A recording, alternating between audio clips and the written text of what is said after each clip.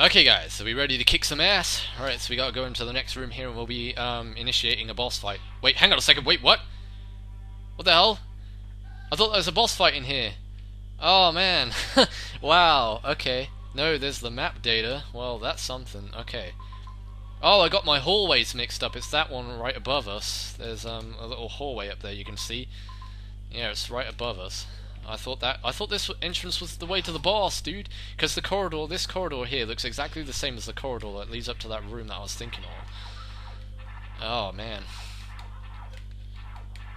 Well, if I can't even remember where this boss is, then I hate to imagine what it's going to be like trying to find out where all the missile expansions are. But yeah, I mean, if I do come to a point where I start forgetting stuff like where missile expansions are and where pickups are, energy tanks for example, things like that, I won't look up a guide because I'm not like that. If I've beaten a game, I already know how to get everything in, then I will just wander around until I eventually find it. Yeah, that's how this playthrough is going to go down. It's not going to be like, oh hey guys, just wait a second, I'm going to make a cut and go look online and see what I need to do here. Because I have only just recently beaten this game, so I shouldn't be too bad on it. Alright, so use the Morph Ball to come down here, and that makes more sense. So now we got to use the Morph Ball to come down here and go through this door. And see, look, this corridor looks exactly the same. Even the same enemies are in here, but except that side hopper thing, whatever it's called, I don't know exactly what that. I think it might be called a side hopper, I don't know, or a form of a side hopper. I mean, I don't know the name. I don't know all the names of enemies in here. I know that one of the enemies are called side hoppers and zoomers, because I know those enemies are from Metroid Prime, and some of the Metroids from Metroid Prime came from this game. So, yay, we got salsa bomb. So now we can blow things up. We have officially upgraded to. No, I'm not gonna say it. I'm not gonna say it because that's just offensive. Alright, so this boss, yeah. Right, okay, we gotta use. Well, I used all my missiles, and you can get some missiles back from shooting these things. Which is exactly what I'm gonna do without taking too much damage. Because the best way to take care of this guy is to obviously use missiles. But this boss gave me a lot of trouble on my first playthrough. I don't know why, because I have beaten this boss without losing too much health. Okay, I'm getting gang raped up against the wall here. Oh, he's getting weaker, as you can see. And he's dead and explodes. Like most bosses do in this game, actually.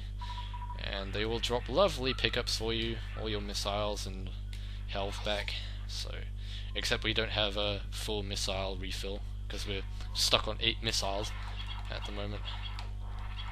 But luckily enough, the missiles that we didn't get up in that room, we can make up for in here. So let's get out.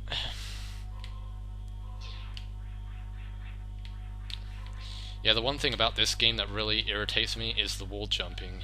Like, it took me so long to master the wall jump in this game, you will not believe. It's worse than the wall jump in Super Mario 64. Even then, the wall jump in Super Mario 64 isn't really that bad. It's just sometimes annoying to pull off. But in this game, like 9 times out of 10, the wall jump never pulls off. You have to, like, press the A button at such a specific time to make it work. Alright, we're not going to go straight to Brinstar just yet, because there's some stuff in Crateria that we can still pick up. Like, I think this is a save station in here, actually, I'm not entirely sure. Yeah, it is. Okay, well, we can use this to our advantage. Get a save point. Yeah, so I won't really be using save states as much in this game, because they do place quite a lot of save stations in really significant spots, so it plays out well with the game. But there are some places like Meridia. Meridia doesn't have that many save stations, actually, and I'm not... Like, Meridia is one of those areas that I'm not looking forward to in this game, because there's some stuff in there that is really hard to pull off, and you got all that sand, and it basically manipulates your jump to not work the sand does anyway. Because jumping in that area can be really tricky, and there are some places you have to jump up high to even when you're in the sand, but sometimes, well, if there are areas where you have to jump up really high to in the sand, usually they have like a grapple beam thing where you can grapple onto, and that helps, so you don't actually have to make the jump all the way using the item that you will be getting to make you jump higher. I'm not gonna spoil any items, but for those of you who haven't played this game, yeah, I won't spoil it, but because I imagine there are quite a few people out there who still haven't played this, because I know there are some people out there who still haven't played Metroid 2 Return to Samus. And here's our first energy tank, yay! And you'll be collecting, I think it's 16 energy tanks, which is a huge departure from the last game, because the last game you could only have 6 at a time, but in the game they actually gave you 8 energy tanks, so I don't know if they were originally intending on putting 8 energy tanks in the game for you to collect and actually have as a part of your health bar.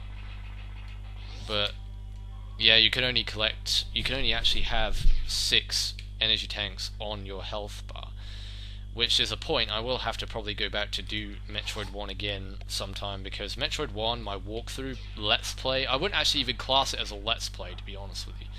Anyway, we come in here and we find this massive statue. Oh my god! We can't do anything with it though, because we haven't beat the bosses that attribute to the jewels that are glowing on the statues. So there's nothing we can do in this room, so we'll just skedaddle and get the hell out of here. Yeah, that'll be much later. That's like final area stuff, that is. End game stuff. But yeah, what was I saying? Yeah, I need to do Metroid 1 again sometime, at some point, because my Metroid 1 playthrough was so damn sloppy. And it was a blind playthrough, and I didn't even commentate on it. Not until like the last 4 episodes I didn't commentate. Like the rest of it was all just, you know, me playing the game and no commentary whatsoever. And I could have done so much better with that game if I had have beaten it beforehand, if you know what I mean, and actually knew what I was doing, instead of following a guide like a dummy, like a noob. Right, so here we are, we're in Brinstar. Right, cool. And you can get the map actually pretty early on here, but it doesn't actually show everything in Brinstar. It only shows like a small portion of Brinstar, because Brinstar is a pretty damn huge place. It's not as big as Norfair though. Norfair's way more bigger than any other area in the game actually. Alright, okay, let's see what this place takes us to. I think this might take us to another missile expansion, because I don't think you get any other power-ups, to be honest. Oh no, it takes you to another map station. Hooray! Right, okay, well this is the map of Brinstar. Like I say, it doesn't show everything. And there's the boss right down there in the bottom right hand corner. And all this has to be explored. There's a lot to go through. Alright, I'm not going to record too many videos of this today because I still have to upload the first episode. And I don't want to get too far ahead of myself. I kind of want to just enjoy this LP, because this is a fun game. It's really addicting. Probably one of the most addicting games on the Super Nintendo, besides Link to the Past and Donkey Kong Country, of course.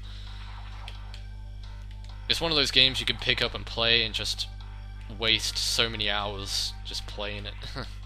Right, we're in a corridor with a lot of missile doors, which kind of throws me off a little bit. I don't know how many missiles we'll need in order to open all these doors, however. Okay, I didn't want to actually go through the door, I just wanted to pick up the missile. Like, do the doors in this game have like black hole intense gravity that just sucks you in?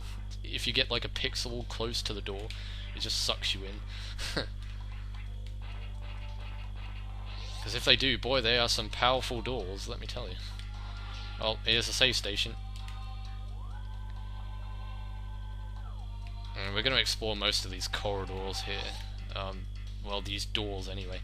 I'm going to open this door right here, because this is probably the one that's more reasonable to open, because it leads you to a missile refill station. Yes.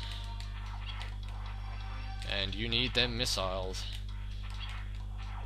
Alright, so let's go down, down, down, down, down. Right down to the bottom. Right down to the bottom. You don't want to go too far, otherwise you'll end up in hell, and then you'll burn to death, and then that won't be very good, because you'll burn to death, and then it'll penetrate your skin, and then it'll burn you to death, and then you're gonna die. You're gonna die. You're gonna die. Die, die, die. Oh god, no, I'm falling into the spiky pit of doom. Okay, that was crazy. I don't know what I was saying there. But yeah, hell is not a very nice place, because it's all fiery and stuff like that, but that's basically what Norfair is like, so I guess you could count Norfair as being somewhat hellish and demonic. Alright, okay, we've got to use the Morph Ball here to go into that little hole there, which will lead you to another missile expansion. There's actually nothing else we could do in this corridor at this point. You can actually sequence break this corridor by mock balling. And I haven't actually gotten the mock ball down yet. But basically what you have to do to mock ball, you have to run, and you have to wait till you have to like do it. You have to basically what you have to do, you have to morph ball in the air, and you have to do it really quickly so you don't bounce on the floor. Because if you bounce like that, it doesn't work. You have to like land flat on the ground when you land as a morph ball. But you have to be running at the same time as you're doing it, so that you can keep up with the speed of the gates that close down. And also you have to keep up with the speed of the platforms that disappear as well. So that's a lot of stuff you got to keep up with. Alright. I don't know, I should probably end off the episode here pretty soon. In fact, you know what, I'm going to go back to this corridor. I'm going to make a save, and we'll end off the video there, because we've got a boss coming up pretty soon, which we'll probably be doing in the next video. So yeah. Alright, let's get into the save station. And we'll make a save. Alright guys, I'm going to end off the video here and continue on to the next episode. So in the next episode of Let's Play Super Metroid, we shall be progressing on through Brinstar and going into more unexplored territory. So take care everybody, and see you on my next video. This is NDM saying, thanks for watching, and goodbye.